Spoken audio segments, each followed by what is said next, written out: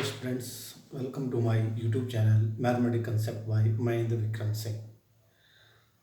आज का जो हमारा वीडियो है वो operation on sets and Venn diagram के ऊपर आधारित है। यहाँ आज मैं आपको बताऊंगा जैसे हमारे मैथमेटिक्स में चार बेसिक ऑपरेशन होते हैं, सब्ट्रैक्शन, एडिशन, मल्टीप्लिकेशन, डिवाइड। इसी तरीके से यहाँ पर सेट थ्योरी में भी कुछ ऑपरेशन होते हैं, वो आपको यहाँ पर दिखाए जाएंगे। कुछ एग्जाम्पल्स की सहायता से मैं आपको समझाने की कोशिश करूँगा। और ये वीडियो मेरा अगर आपको पसंद आए तो इसे लाइक करना, शेयर करना ना भूलें और साथ ही मेरे चैनल को सब्सक्राइब करना भी ना भूलें। तो आज का हम वीडियो स्टार्ट करते हैं।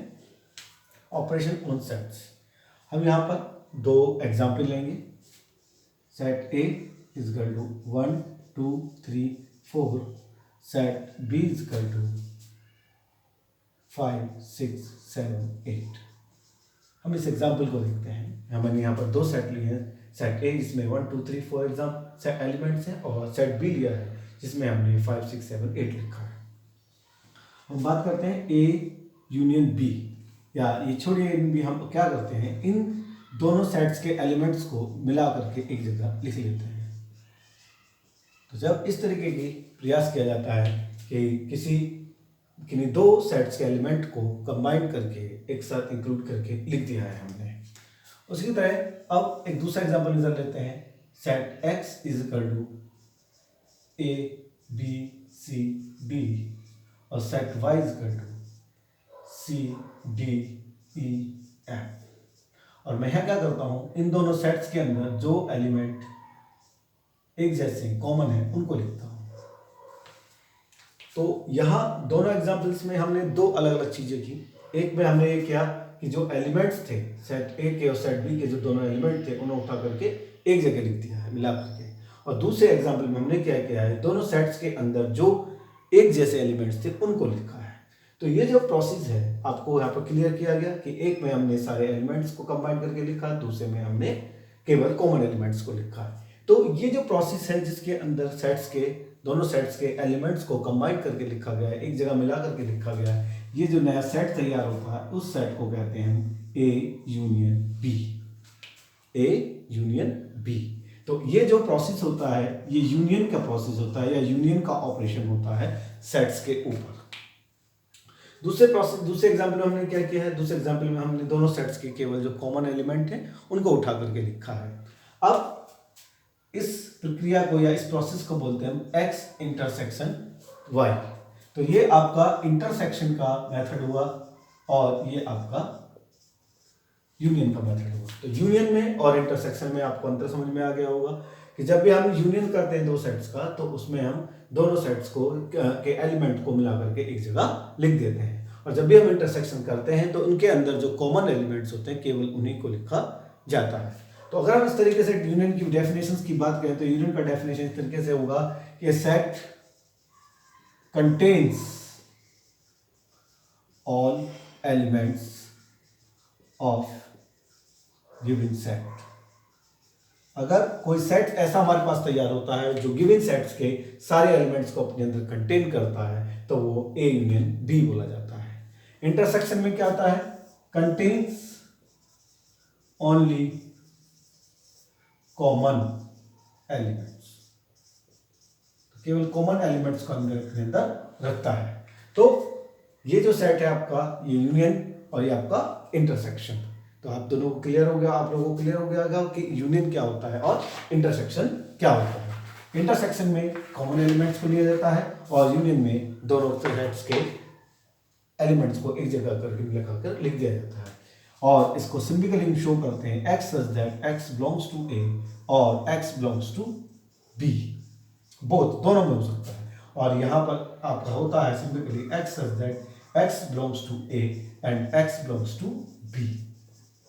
तो दोनों में अंतर सिर्फ इतना है, ध्यान रखिएगा यहाँ पर और वर्ड का इस्तेमाल होता है और यहाँ एंड वर्ड का इस्तेमाल होता है, जिसका यहाँ पर मीनिंग होता है कि जो चीज ए यूनियन के अंदर आ रही है वो गिवन सेट्स के अंदर सेट ए में या सेट बी में किसी में हो सकती है। और इंटरसेक्शन का मतलब में आपका एंड आता है जिसका अर्थ होता है जो एलिमेंट ए इंटरसेक्शन बी या इंटरसेक्शन के अंतर्गत आ रहा है वो एलिमेंट दोनों सेट्स के अंदर कंपलसरी होगा। यहाँ कंपलसरी नहीं है, यूनियन के अंदर हो सकता है ए में, हो सकता है बी में, हो सकता है दोनों में भी हो।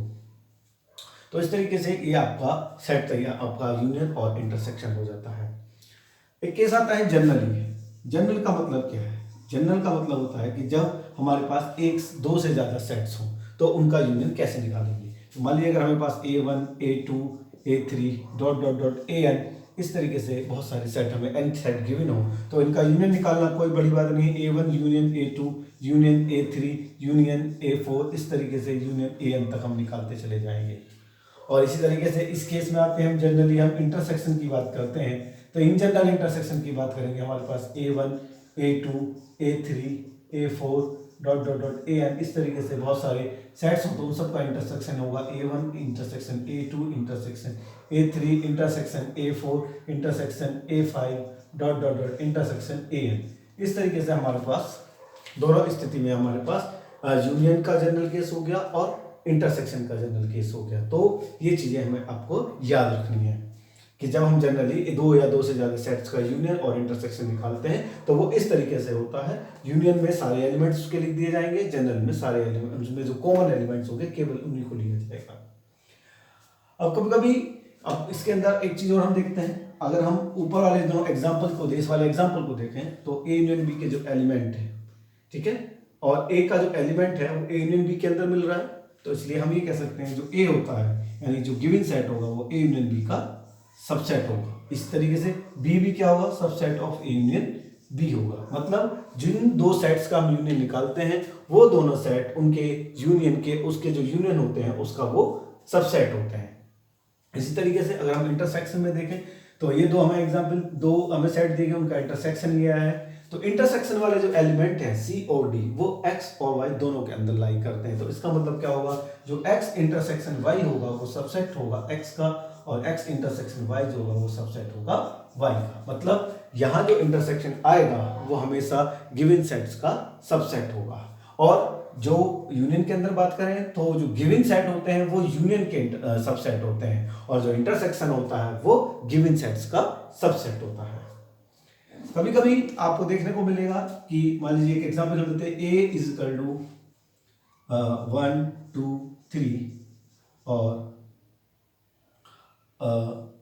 बी इज इक्वल टू 1 2 3 4 5, ठीक।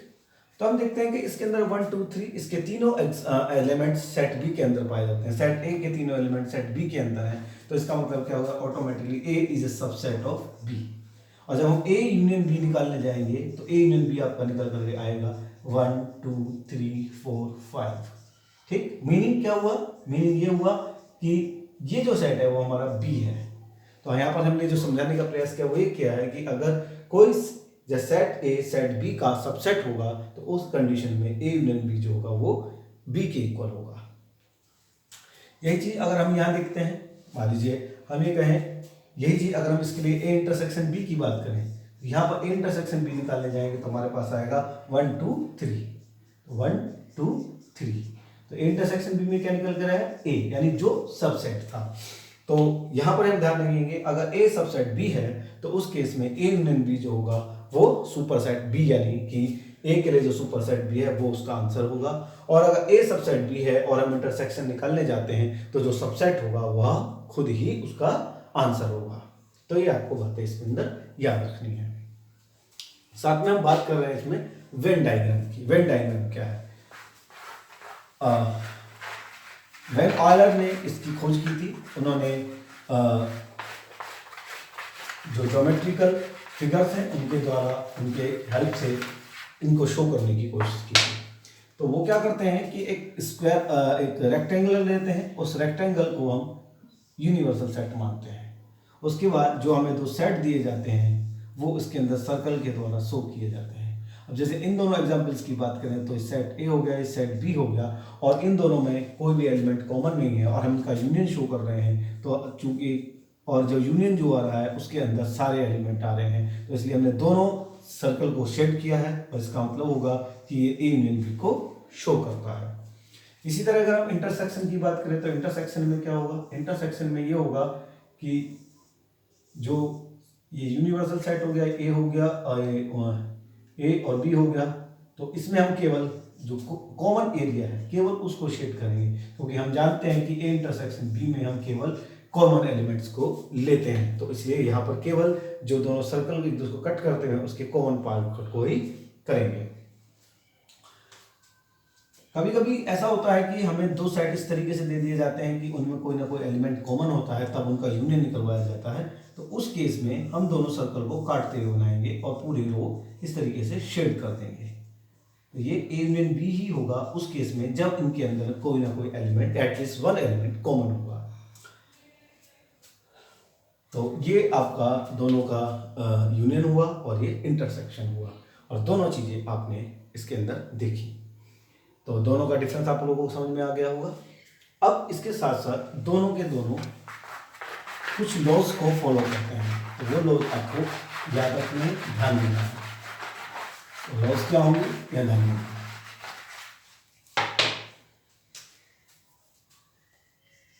पहला आता है आइडिम्पोटेंट लॉ। हाल ही में मैंने इसका नाम पहले आपको बता दिया। तो पहली कंडीशन ये होती है कि अगर हम ए का ए से दोनों के लिए, हम दोनों के लिए साथ साथ लेके चलेंगे, ए यूनियन ए निकालें तो वो ए आएगा, और अगर हम ए इंटरसेक्शन ए निकालें तो वो भी ए आएगा। तो ऐसी जो सिचुएशन होती है, ऐसी जो कंडीशन होती है, इसको आइडेंटिटी लॉ बोलते हैं। ये पहला रहा। अगर सेकंड में बात करें, अगर हम कुछ एग्जाम्पल इस तरीके से लें, ए यूनियन फाई निकालें तो वो ए देगा, और अगर हम ए का यूनिवर्सल सेट के साथ यूनियन निकालें तो वो हमें यूनिवर्सल सेट देगा। इसी तरीके से अगर हम इंटरसेक्शन की बात करें, ए का इंटरसेक्शन फाई से निकालें तो वो फाई होगा, और ए का इंटरसेक्शन हम यूनिवर्सल सेट के साथ निकालते हैं तो वो यूनिवर्सल सेट होगा। तो इस प्रकार की जो वाली प्रॉपर्टी है, इस प्रॉपर्टी को हम बोलते हैं आइडेंटिटी। आइडेंटिटी आइडेंटिटी बोलते हैं इसको।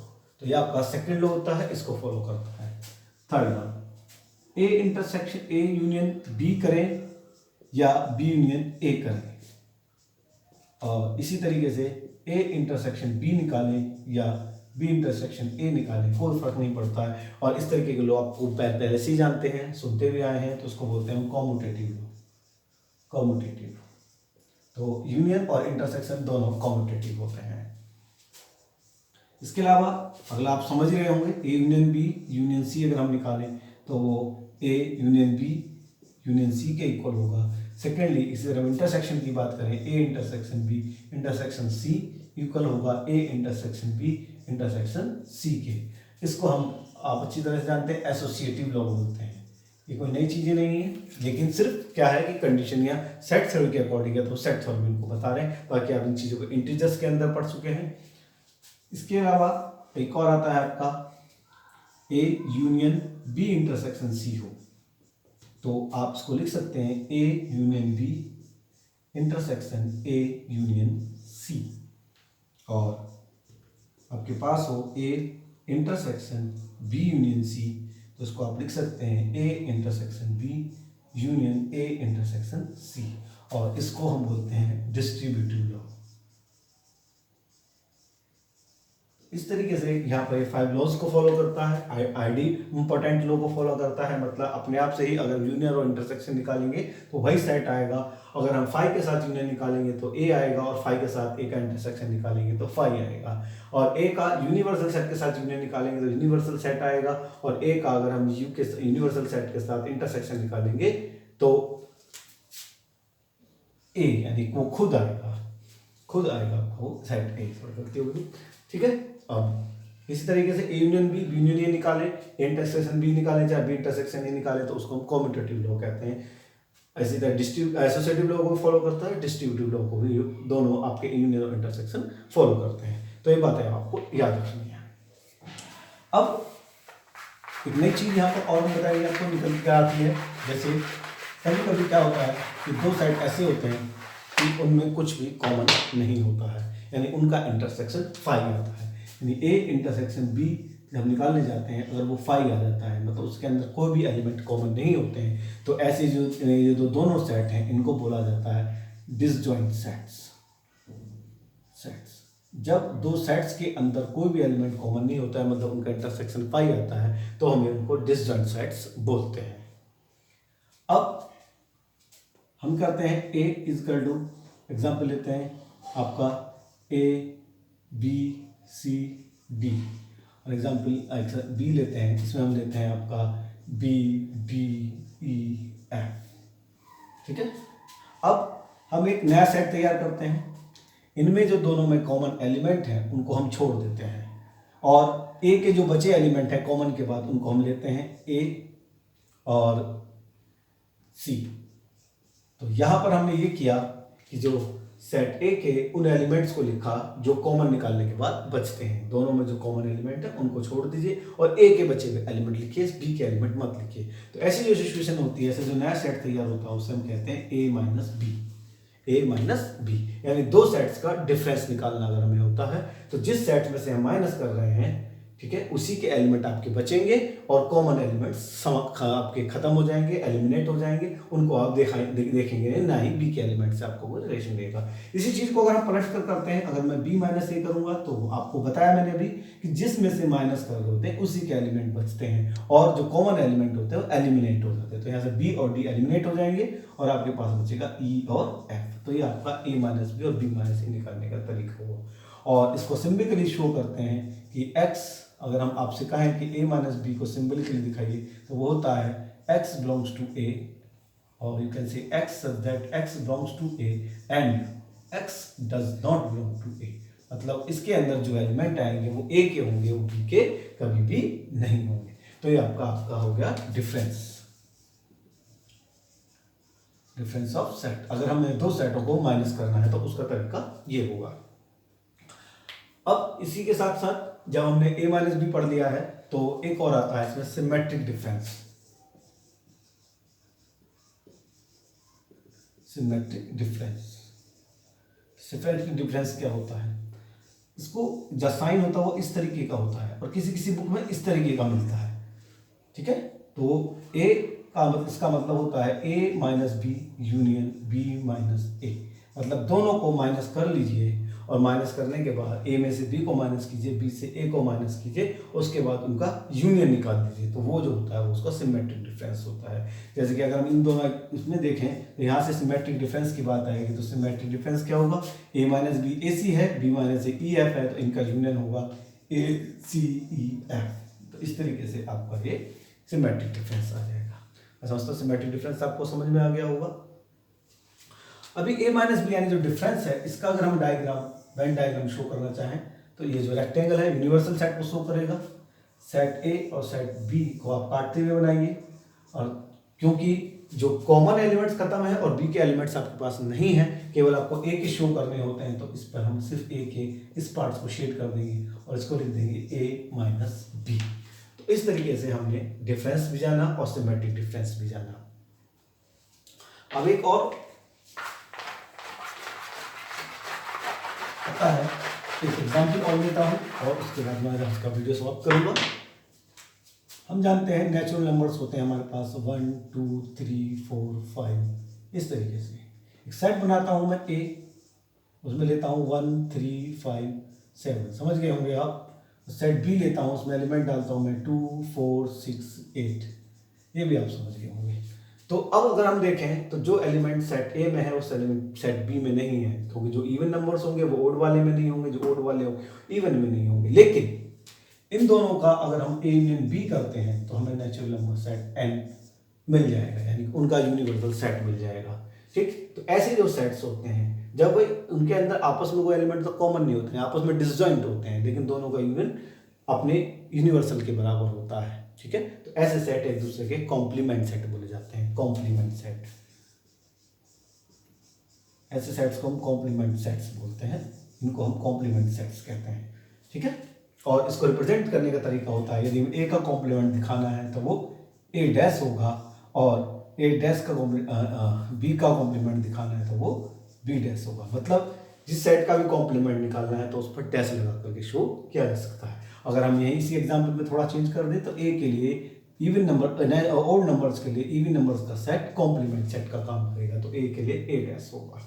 तो ये आपका कॉम्प्लीमेंट सेट्स हो गया। मैं समझता हूँ ये सारी बातें आपको जो बताई हैं वो आपको क्लियर हो गई होंगी, और वीडियो को शेयर करना ना भूलें। धन्यवाद। आज का वीडियो समाप्त होगा। Thank you.